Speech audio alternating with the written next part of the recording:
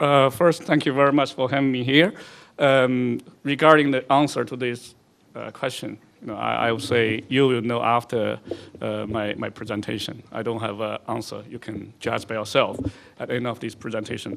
So basically, this presentation is based on the report we published like 3 weeks ago. If any one of you are interested in this, you can send me email. You have my email address here.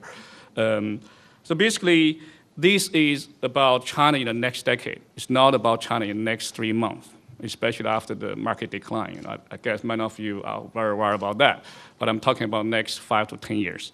3 major issues here. The first is about outlook. The second part is challenge, and third part is policies. So what I'm going to give you in very short summary is that I'm very bullish, I'm very positive on China in the next 5 years. I'm very worried on China in the second half of the next decade. So during 2016 to 2020, I'm very worried. So the first part, emerging superpower, is basically the optimistic scenario. It's not my forecast, it's a scenario. I want to make it clear. So the first thing we do is that take a look at this table and look at China today. In many areas, China is already number 1, number 2. You can see easily. The last column, China in 2020. If everything goes smoothly, you can see in 10 years' time, China is going to be number 1 in almost every area. Not every area, but almost. The only exception is GDP per capita. Now it's 100. Probably we are going to see that to be 50 in 2020. One more thing, you look at current account surplus, it's now China has the biggest surplus today. But by then, I think we are going to see deficit in China. The first, probably the biggest assumption, the biggest scenario, the most important scenario in the next decade is that China is likely to exceed the US and become the largest economy in the world if everything goes smoothly. So this is nominal GDP in US dollars terms. It's not PPP based, not purchasing power parity based.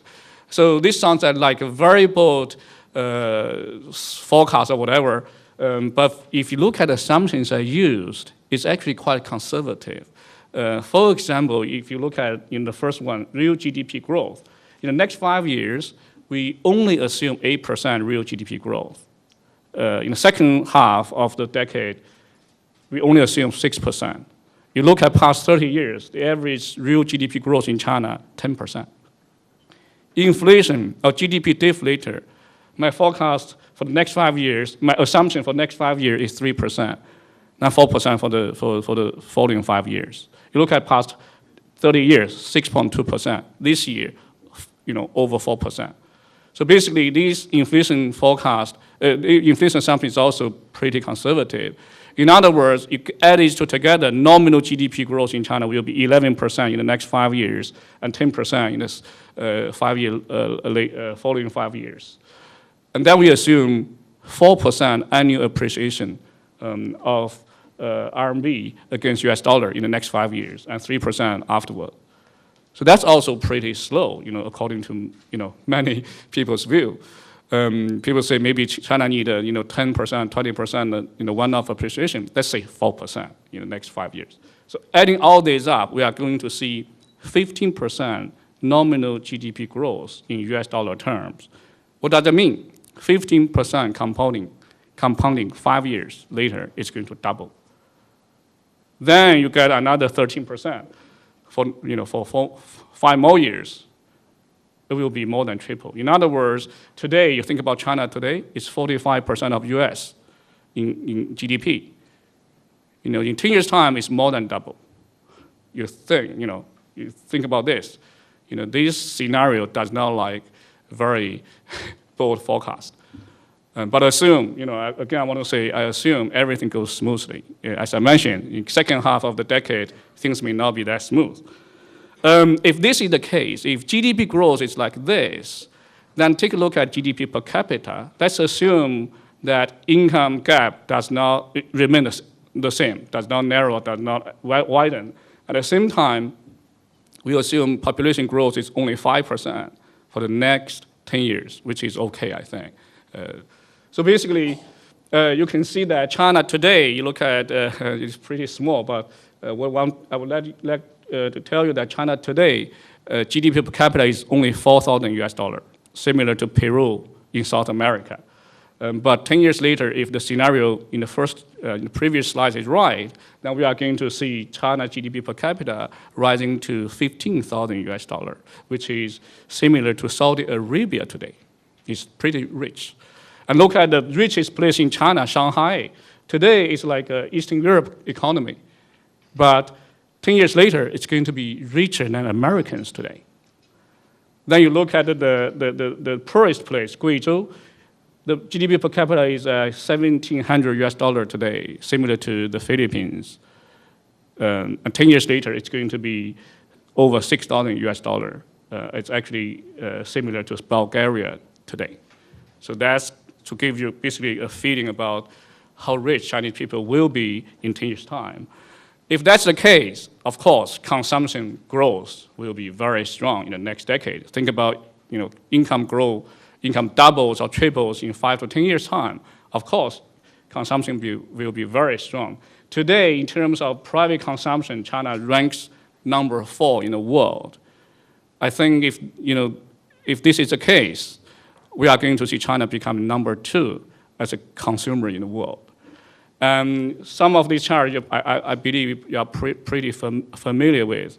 For example, the chart on the left are motor vehicle sales and also the penetration level. We know last year China's automobile market became the largest in the world. China sold the most automobile in the world last year. Then look at the penetration level. It's just so low. There's definitely lots of potential for this market to grow, not just double, triple, quadruple, probably even more than that. Chart on the right about services, about overseas traveler. I think Hong Kong here, we feel the most. You look at this chart, China already exceeded, in terms of overseas travelers, China already exceeded the US and Japan and became the largest overseas traveler in the world. But you look at the number, 60 million people traveled abroad in 2010. Some of them actually have multiple trips out of 1.4 billion population. Think about, the richest 10%. You can understand what's the potential for consumption in China. Well, that also means if consumption grows fast, China will also, import more and more from the rest of the world, especially I would say probably from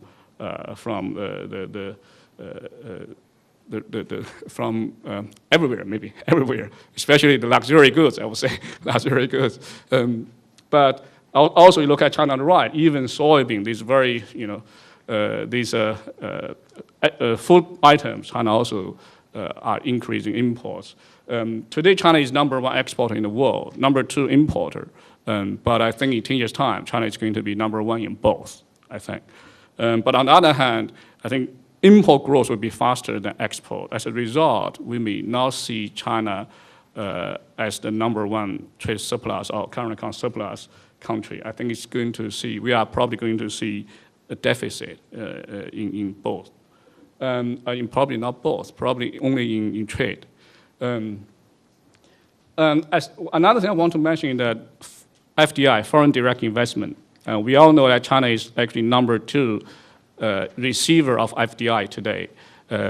But you look at China's overseas investment, outward investment, the chart on the right, you can see how fast it grows in the past. Now China is number 5 already as a source of FDI. You can see in the past 5-6 years, it actually double, triple, quadrupled actually. One of the reasons behind this is, China has too big foreign exchange reserves. I think the government is encouraging private sector to invest abroad to get resources, assets, technology, whatever. So I think in the next decade, this number will rise even further. I think by 2020, China is likely to be the top 3 destination and source of FDI.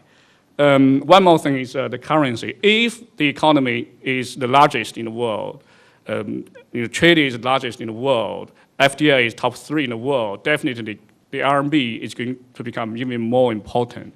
I think it's possible that China's RMB will become one of the 3 world pillar currencies. Actually, if you look at the amount of RMB in the world, it's actually already the largest in terms of M2 money supply. It's actually accounting for about 15% of world broad money supply. And also, we all know that China's money supply growth at neutral monetary policy stance is 15%. In other words, 5 years later, it's going to double again. So think about that. This currency has become more and more important. Companies, if economy grows so well, FDI and trade also grow so well, definitely Chinese companies will become more and more important, larger and larger. And you can see from this chart, and more Chinese companies are going into the Fortune Global 500. That speed is actually very fast. Stock market, financial market, Shanghai is number 6 in terms of stock market market cap.